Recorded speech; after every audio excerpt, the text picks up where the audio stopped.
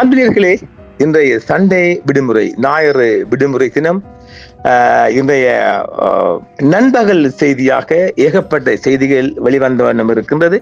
நேற்று ஈரானின் நடான்ஸ் அணுகுலை மீது மிகப்பெரிய தாக்குதலை சின்ன சாத்தான் அணி செய்திருக்கிறது. அதன் மூலம் இறப்பு அதிகம் என்று சொல்லப்படுகிறது. அது ஆதாரம் இல்லை. சேட்டலைட் ஊடாக 100க்கும் அதிகமானோர் ஈரானில் கொல்லப்பட்டிருக்கலாம் என்று ஒரு கருத்து நிலவி வருகின்றது. அது நாம் எவ்வளவு தூரம் ஊர்ஜியமோ தெரியவில்லை. இதே நேரம் நெய்னா எச்சரிக்கின்றார். இப்பொழுது இந்த செய்திக்குள்ள நம்ம போயிட்டு வரலாம். நெய்னா இன்று ஞாயிற்றுக்கிழமை ஒரு உத்தரவு இட்டிருக்கின்றார். எண்ணி 48 மணி நேரத்துக்குள்ள நீங்க ஹார்முஸ் சந்தியை திறக்கல, மிகப்பெரிய தாக்கலை தொடுப்பேன், ரொம்ப கவனம் ராஸ்கல் அப்படின்னு ஈரானுக்கு மிகப்பெரிய எச்சரிக்கை ஒன்றை விடுத்திருக்கின்றார் நெய்னா பெரிய சாத்தான். அதாவது வெண்ணி இந்த ஞாயிறு, இன்று ஞாயிறுன்னா ஞாயிறு, நாளை திங்கட்கிழமைக்குள் 48 மணி நேரத்தில் ஹார்முஸ் ஜலசந்தி திறக்கப்பட வேண்டும். அப்படி திறக்கல் என்றால் உங்களுடைய மின் உற்பத்தி நிலையத்தை எல்லாம் போட்டு தாக்கி அழுத்தி உண்டு இல்லைண்டு நாசம் பண்ணிடுவேன் என்று சொல்லி நாட்டாம மாமா கோபம் வந்துருச்சு. அது ஒரு புறம் இருக்க, ஈரானில் தடுத்து வைக்கப்பட்டிருக்கும் 2 ஜப்பானிய உளவுக்காரங்கள ஒருத்தரை விடுத்தாச்சு, ஒருத்தர் இன்னும் விடல என்று ஒரு செய்தி வந்திருக்கின்றது. அது அவங்களோட செய்தி ஒன்றும் வந்திருக்குது. ஜப்பானிய தொடர்ந்து காவல் இருக்கின்றார், அது தொடர்ந்து விசாரிக்கப்பட்டு வருகின்றார். அது ஒரு செய்தி. அப்புறம் இன்று ரியாத்தை நோக்கி ஏவப்பட்ட 3 ஏவுகணைகள்ல மிகப்பெரிய தாக்கத்தை கொண்டு வந்திருக்காம். 2 பொதுமக்கள் வசிக்காத இடங்கள்ல போய் விழுந்திருக்குது. மத்திய கிழக்கில் என்ன நடக்கிறது என்பதே தெரியாம அச்சம் கொள்றாங்களாம். அது வேறொரு பயத்தில் இருக்கிறாங்களாம். அந்த செய்தியாகவும் இது ஒரு சுதந்திரமான செய்தியாகவும் சில இடங்கள்ல இஸ்ரேலுக்கு இருந்து செய்திகள் வெளிவருவதில்லை என்றும் ஒரு மிகப்பெரிய ஒரு குறைபாடு வந்திருக்கின்றது. கட்டாரில் LNG முற்றுமுழுதாக அளிக்கப்பட்டிருக்கின்றது, அங்கு அது கிடையாது. இதேவேளை மலேசியா இந்தோனேஷியா இடையிலான மலாக்கா நீர்வழிப்பாதையிலேயும் பரபரப்பான எண்ணெய் வழி தடங்கல்கள் காட்சி அளிப்பதாகவும் சொல்லப்படுகின்றது. சீனா, ஜப்பான் மற்றும் தென்கொரியாவில் உள்ள ஒரு நாளைக்கு 23.2 மில்லியன் பீப்பாய் எண்ணெய் தேவைப்படுது. அதனால தென்கொரியா ஈரானுடன் பேச்சுவார்த்தை பண்ணி எங்கட எண்ணெயை நெய்னா கொண்டு போகலாம்னு கேட்கிறாங்க, அவங்களுக்கும் அளிக்கப்படும். அது ஒரு புறம் இருக்க, இன்று ஞாயிற்றுக்கிழமை, நேற்று தானே பிறநாள் தினம் என்றும் பாராமல் நேற்று சனிக்கிழமை தானே ஈரான்ல நடான்ஸ்ல மிகப்பெரிய தாக்குதல் தொடுத்தாரு. ஒரு விடயத்தை வழங்கிக் கொள்ளுங்க. நடான்ஸ் வந்துகிட்டு பூமிக்குள்ள கொஞ்சம் இருந்தாலும் நடான்ஸ்ல இருந்து பாதுகாப்பாக அவங்கள்ட்ட இப்பொழுது உலக பரப்பில் சொல்லப்படுது என்னவென்றால் ஈரானிடம் 11 அணுகுண்டு இருப்பதாக சொல்றாங்க. அது கொடுத்தா இருக்கும் என்றால் இவ்வளவு சூரம்பங்களை பயங்காட்டுறன்னு சொல்லி அதுல கையில அணுகுண்டு இருக்கும். இப்ப சிலர் அடிச்சுடுறாங்க, அமெரிக்கா ஈரான் மேல அணுகுண்டு அடிக்க போகுது. ஈரான் மேல அமெரிக்கா போடாது, இஸ்ரேல் தான் போடும். நம்ம கொடுத்த செய்தியை பார்த்து அடிக்கிறது, அப்படி ஆன கையை காலை வச்சு விடுறது. நம்ம தான் அதை முதல் சொன்னோம். என்றால் ஈரானின் கை ஓங்கி இருந்தால், ஈரான் வீரியமான முறையில் தாக்குதல் தொடுக்கப்படுமான அவனை பணிய வைக்கிறால் அணுகுண்ட கையில் எடுக்கணும். ஆனா நீங்க அணுகுண்ட கையில் எடுத்தால் அவனும் வீசுவான். இந்த போற ஏவுகணை அவன ஹராம்சாருக்குள்ள போட்டு அணுகுண்ட போட்டு தீர்க்க காசாக ஒரு 10 அனுப்பிடுறேன், சும்மா செலவு பாட்டுக்கு அனுப்பிடுவோம், போட்டா அங்க காலி. இஸ்ரவேல கொல்ல நிபந்தனை பாருங்க, 40 தலை உருண்டு இருக்குது. என்ன செய்தி போட உருறான் இல்லைங்க. எங்களுக்கு மிகப்பெரிய தடை உத்தரவை தாரான் இந்த சொந்தக்காரங்க, இந்த தளத்துல சொந்தக்காரங்க எங்களுக்கு சில செய்தியை போட விடுறாங்கல்ல, சில செய்தியை நீக்கி விடுறாங்க, இப்படி தொல்லை கொடுக்குறாங்க எனக்கு.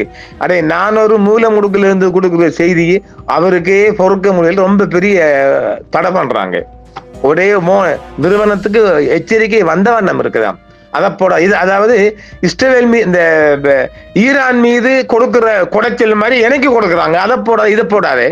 அப்ப அமெரிக்காவுக்கு வாசியான செய்தி மட்டும்தான் போடலாம் என்றால் கஷ்டம். ஏன்னா அமெரிக்கா செய்யற அட்டூழியத்தை சொல்லணும் இல்லை. இப்ப பாருங்க, அன்றைக்கு ஒரு செய்தி ஒன்று போட்டிருந்தோம்.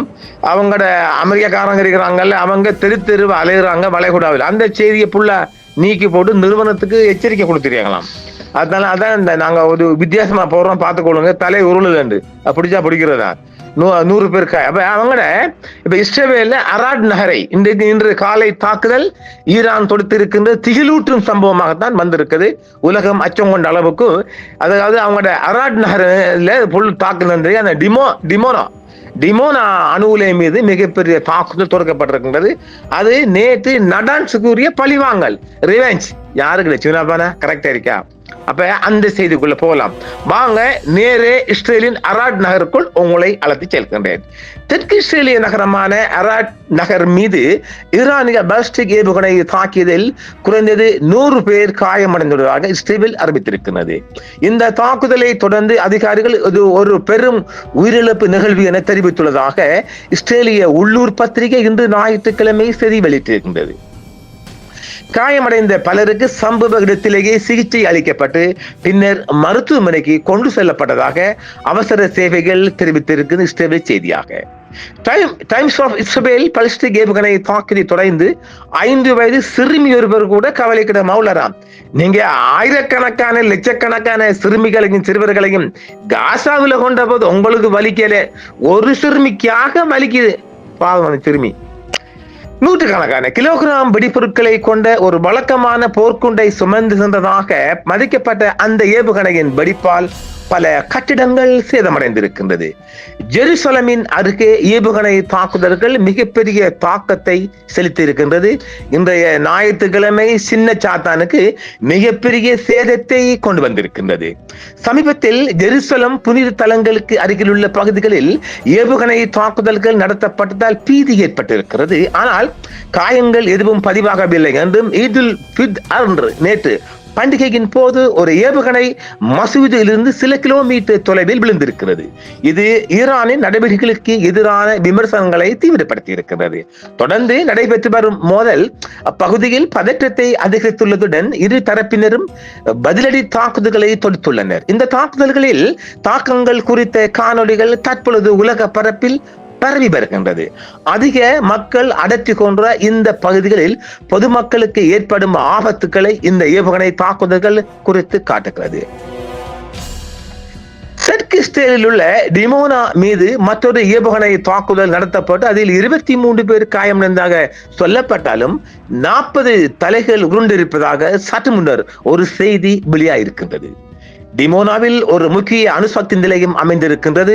உள்ளூர் நேரப்படி நள்ளிரவு முதல் டிமோனா மற்றும் அதன் சுற்று வட்டார பகுதிகளில் நடத்தப்பட்ட 7வது ஏவுகணை தாக்குதல் இது என சேனல் 12 மேற்கோள் காட்டி இஸ்ரேலிய ஊடகங்கள் செய்தி வெளியிட்டிருக்கிறது. பிப்ரவரி 28 அன்று ஈரான் மீது அமெரிக்காவும் இஸ்ரேலும் நடத்திய தாக்குதல்களை தொடர்ந்து பகைமை தீவிரமடைந்து வரும் நிலையில் இந்த பதற்றம் அதிகரித்திருக்கிறது. உள்ளூர் நேரப்படி நள்ளிரவு முதல் டிமோனா மற்றும் சுற்று வட்டார பகுதிகளை தாக்கியதிலிருந்து அது லீக் இல்லை என்றும் அது ஓட்டை இல்லை என்றும் சொல்லப்படுகிறது. தனது தளம் குறிவைக்கப்பட்டதாக தெஹ்ரான் கூடியதை அடுத்து இஸ்ரேலிய அணுசக்தி நிலையத்திற்கு அருகே ஈரான் இன்று அதிகாலை முதல் மிகப்பெரிய தாக்குதலை தொடுத்திருக்கின்றது.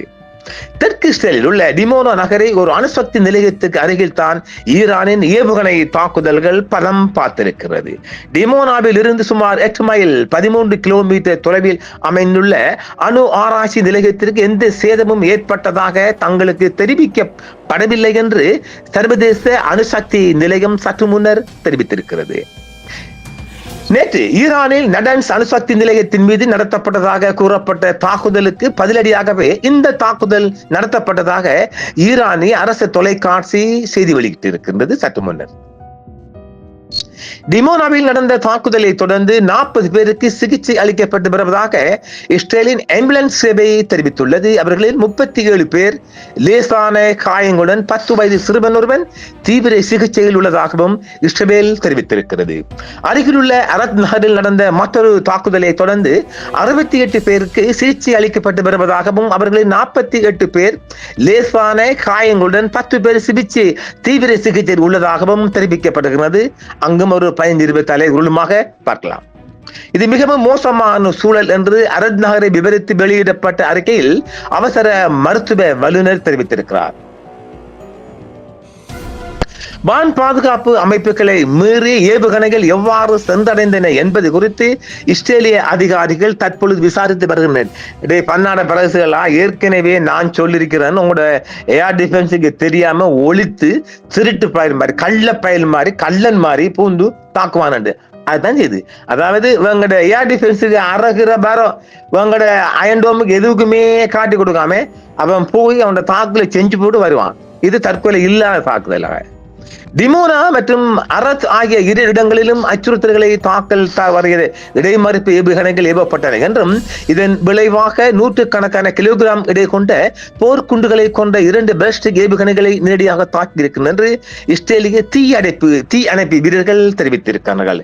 நெகவ் பாலைவனத்தில் அமைந்துள்ள ஷிமோன் பெரஸ் நெகவ் அணு ஆராய்ச்சி மையம் பேச்சு வழக்கில் டிமோனா அணு உலை என்று அடிக்கடி குறிப்பிடப்படுகிறது. இஸ்ரேலின் அறிவிக்கப்படாத அணு ஆயுத கிடங்கு இங்குதான் உள்ளது என்பதும் நீண்ட காலமாக ஏற்றுக்கொள்ளப்பட்ட ஒரு விடயமாகவும் பார்க்கப்படுகிறது.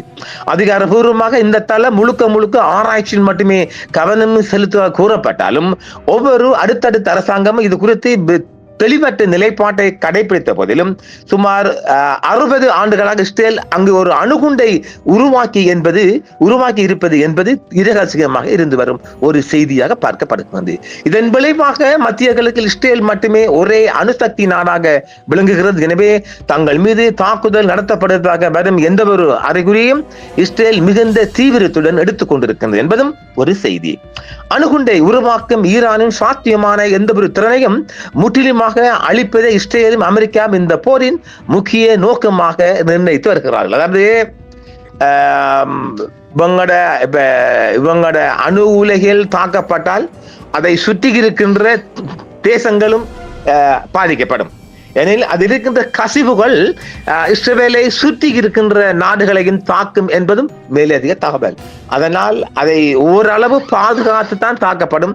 அதனால் தான் நடான்ஸ் மீதும் நேற்று தாக்கப்பட்ட தாக்குதலின் போது அதை சுற்றிக்குள்ள பகுதிகள் தான் தாக்கப்பட்டதுன்னு சொல்லப்படுகிறது. ஆனால் ஏற்கனவே அந்த யுரேனியம் எல்லாம் அந்த இடத்திலிருந்து கடத்தப்பட்டதாகவே ஈரானிய தகவல்கள் தெரிவிக்கின்றது.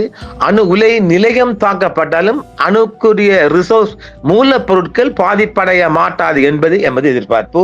ஆனால் இது அப்படி அல்ல. இவங்களோட டிமோனா மிகப்பெரிய தாக்கத்தை ஏற்படுத்தி கசிவு அந்த அணு கசிவுகள் மூலம் அருகில் இருக்கின்ற நாடுகள் தேசகம் ஜோர்தான் எல்லாம் தாக்கப்படுவாங்க. எனவே அவங்களும் ஒரு அழுத்தம் அதிகரிக்கலாம், இந்த போரை நிறுத்துறான்னு சொல்லி மிகப்பெரிய சேதாரம் தான். இப்பொழுது நாம் இந்த ஹராம் சஹர் டியகோகாசியா மீது தாக்கப்பட்ட விடயம் குறித்து நிறைய தகவல்கள் தற்போது வெளிவந்த வண்ணம் இருக்கின்றது. அதையும் கொஞ்சம் பார்த்துட்டு போயிடுவோமா? இவை திரவ பொருளால் இயங்கும் இடைநிலை தொலைவு ஏவுகணைகள், அதாவது இன்டர்மீடியேட் ரேஞ்ச் பாலிஸ்டிக் மிசைல் தான் சொல்றாங்க. 4000 கிலோமீட்டர் கொண்டு பாயக்கூடிய தாக்க செய்யக்கூடியது. இது அவங்க ஒரு டெஸ்டிங் நாம ஏற்கனவே தந்திருக்கின்ற இது ஒரு வெள்ளோட்டமாக பார்க்கப்படுகிறது சொல்லப்படுகிறது. SM-3 ரக இடைமறிப்பு ஏவுகணை மூலம் தடுக்க முயன்றது. இறுதியில் எந்த ஏவுகணையும் இலக்கை தாக்கவில்லை என்று சொல்றாங்க. அது நமக்கு ஆதாரம் இல்லை. டியகோகாசியா தளத்திற்கு எந்தவித சேதமும் இல்லை என்று சொல்றாங்க. B-52 B-2 பொம்மர் கப்பல்கள் அங்கதான் நிரூபிச்சுக்கிறார், அதைத்தான் தாக்க போறாங்க. தொடர்ந்து இந்த தாக்குதல் வரும் என்று எதிர்பார்க்கப்படுகின்றது. B-52 நாம் ஏற்கனவே தந்திருக்கிறோம். B-2 பொம்பர்ஸ் அங்க இருக்கிறாங்க. அவங்களை நோக்கி இன்றோ நாளைய மீண்டும் இந்த தாக்குதல்கள் நடைபெற அதிக வாய்ப்பு இருக்கின்றது. இது நடுவானிலைய ஃபைல்ட் இன் ஃபிளைட் என்று சொல்றாங்க. அது இன்டர்ஸ்பெக்ட் சொல்றாங்க. அது நாம சரியா நாம சொல்ல மாட்டோம், பார்க்கலாம்.